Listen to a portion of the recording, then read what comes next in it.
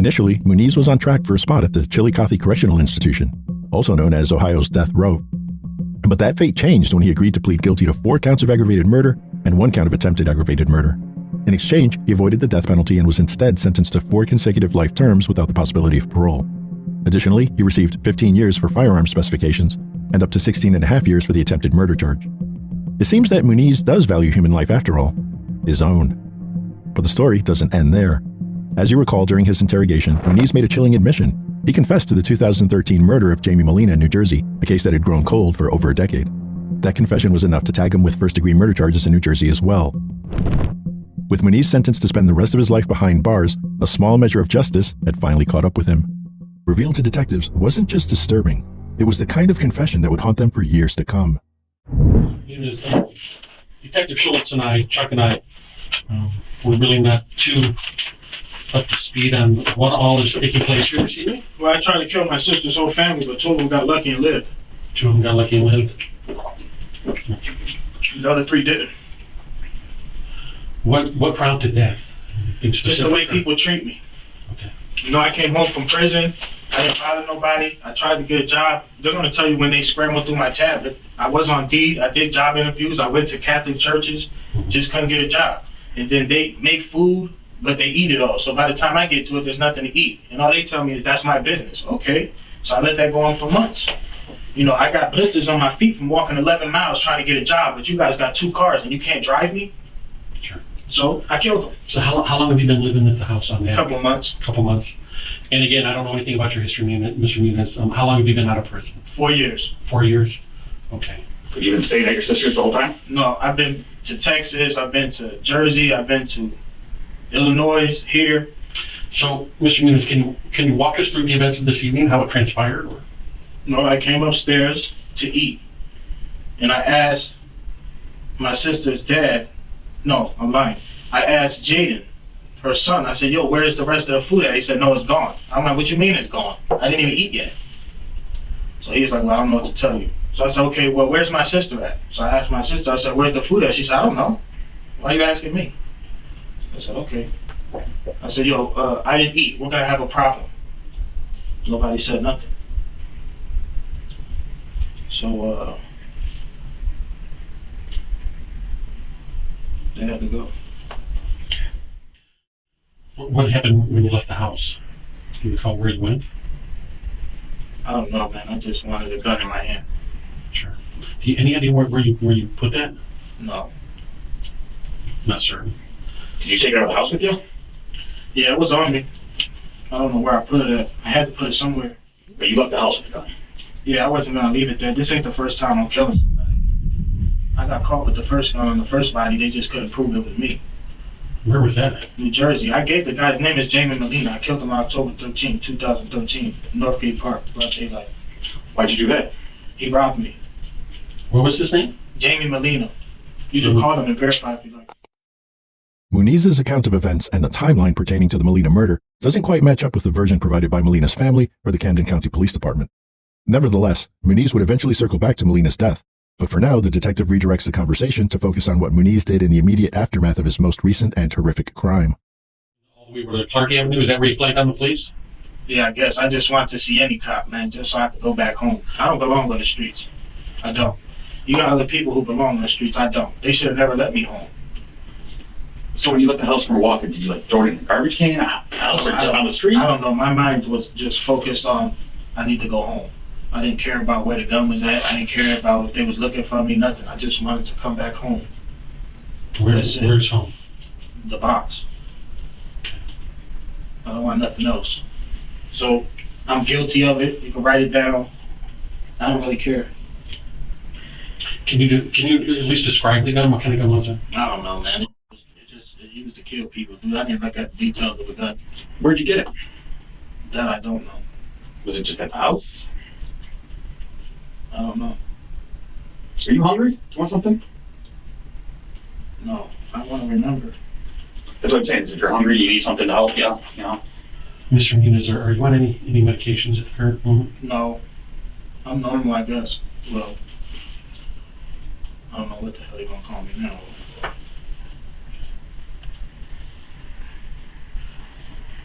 So do you recall who all was in the house? Well, I know I walked into my sister's room and I Mhm. shot Tone first. You say Tone? Yeah, Anthony. Is that the 16-year-old? No, that's the black dude. I shot him first, The boyfriend? my sister's husband. Okay.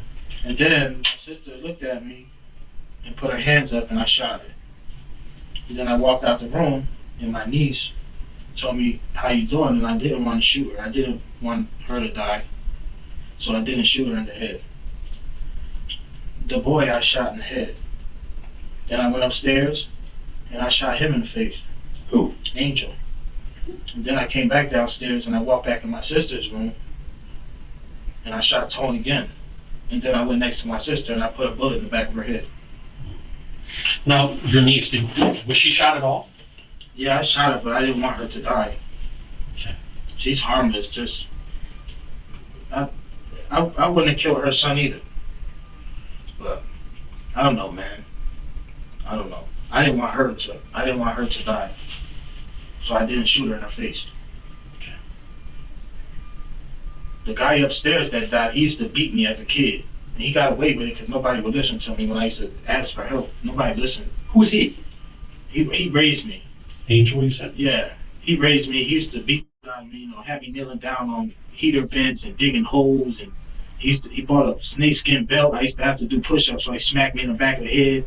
He used to take toolboxes and slap me with it, throw bricks at me. The last thing was he bought a bullwhip, and that's when I ran away.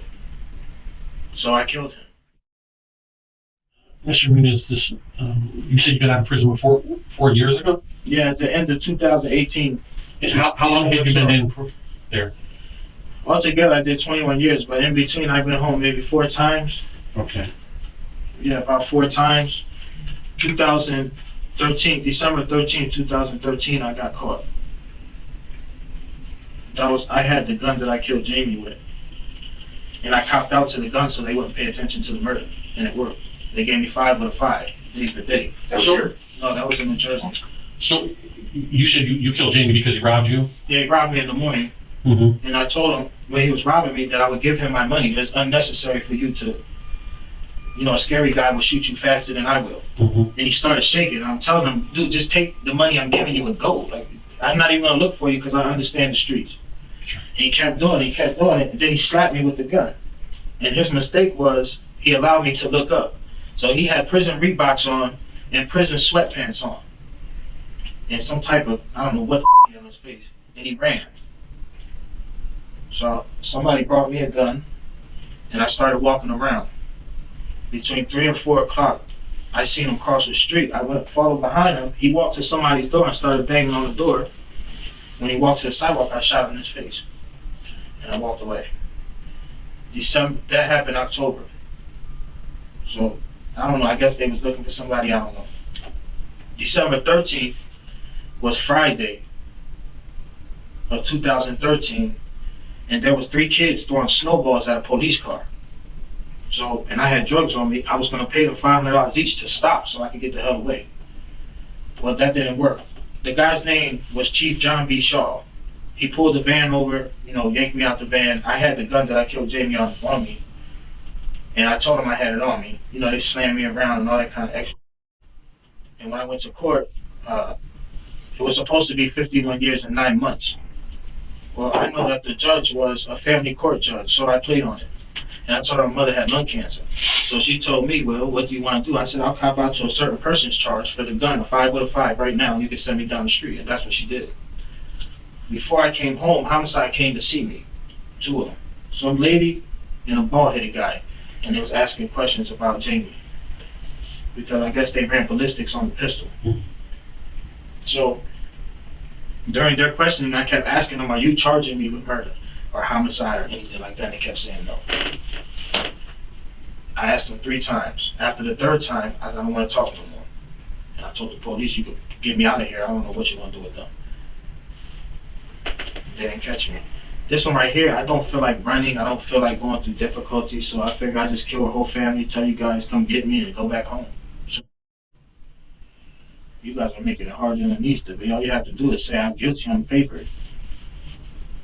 That's it. We're not trying to make it complicated. Well, they are. You know how many people was on that street? And then you got. No, you know, we weren't over there, so we have no idea. You know what I find amazing is, if I'm in a police car and you have people walking up there that I guess they feel some type of way that I killed them.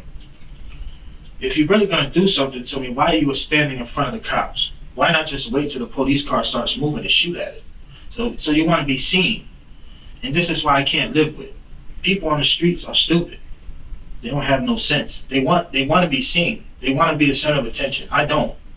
Just put me back in the box and forget that pill, whatever. I don't care. Whatever, however they're gonna play it. Send me back there. I don't want to be seen. I don't belong out here, man. I can't get used to this out here. They don't have no respect out here. Everything is a problem out here. If I walk too hard, it's a problem. If I don't get a job fast enough, it's a problem. You know how much I weighed when I moved to my sister's house? 320 pounds. Do I look like I'm 320 pounds, man? Because they starved me. I just had to sit in the basement and shut up like a dog. I got tired of it. I never been nobody's. I let them live because she was my sister for as long as they was living, or she would have been dead.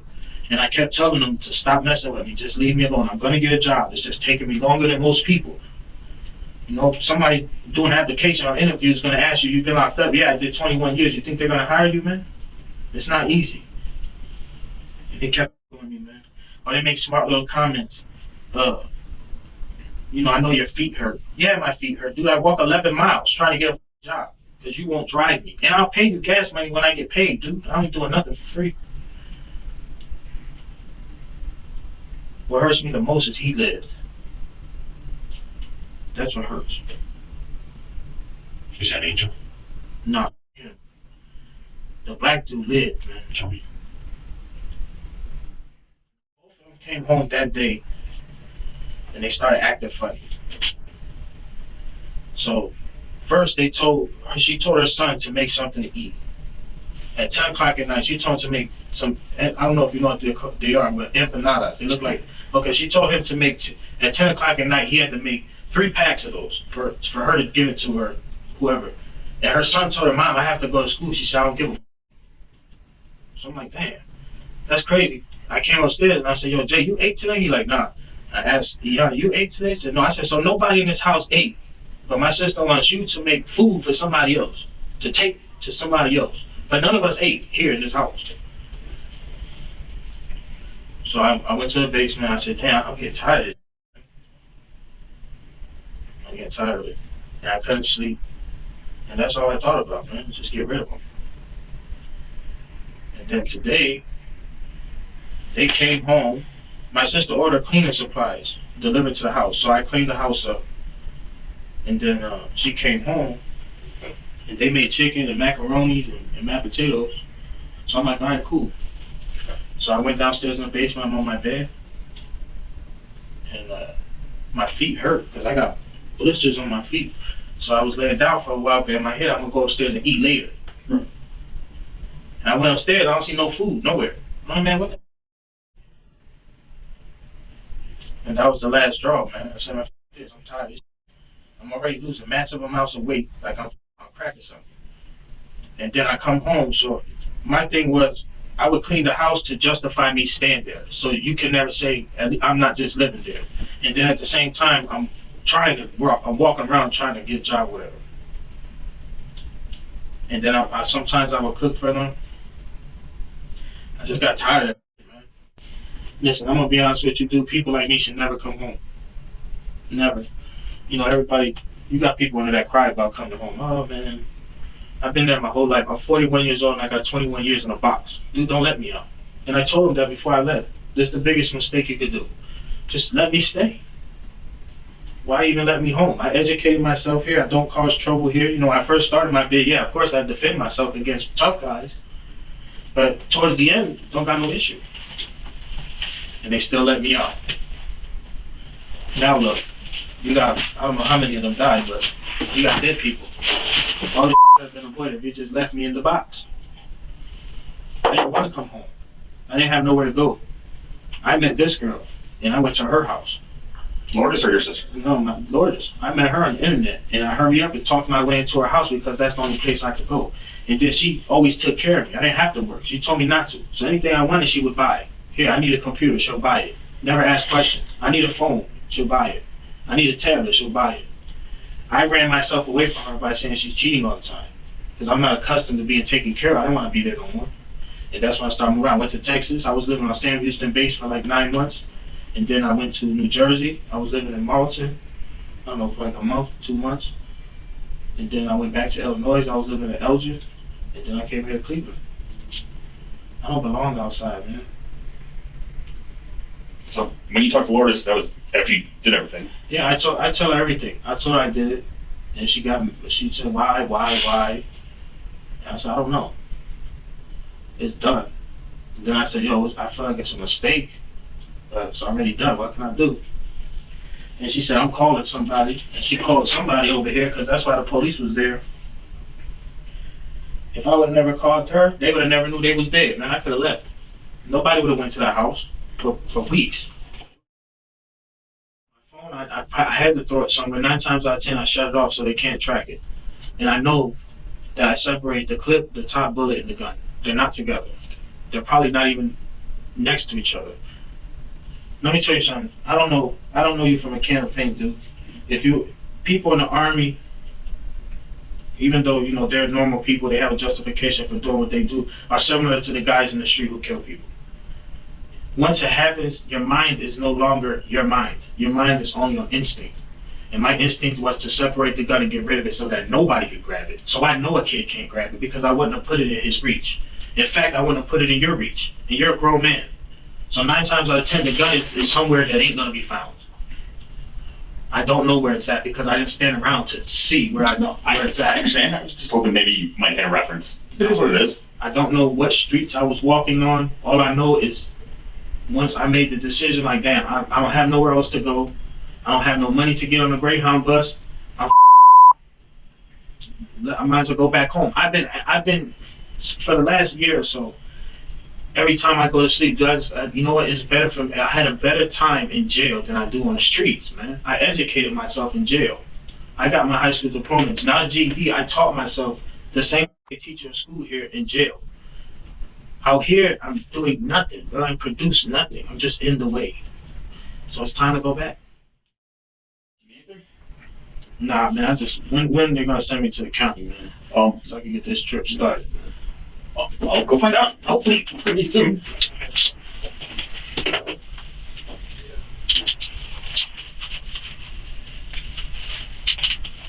Join your key.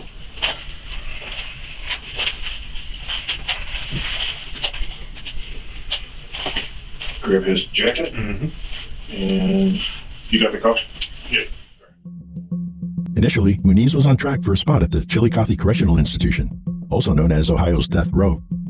But that fate changed when he agreed to plead guilty to 4 counts of aggravated murder and 1 count of attempted aggravated murder.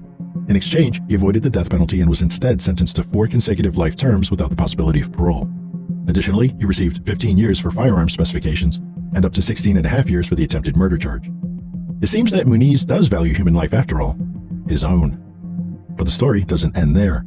As you recall, during his interrogation, Muniz made a chilling admission. He confessed to the 2013 murder of Jamie Molina in New Jersey, a case that had grown cold for over a decade.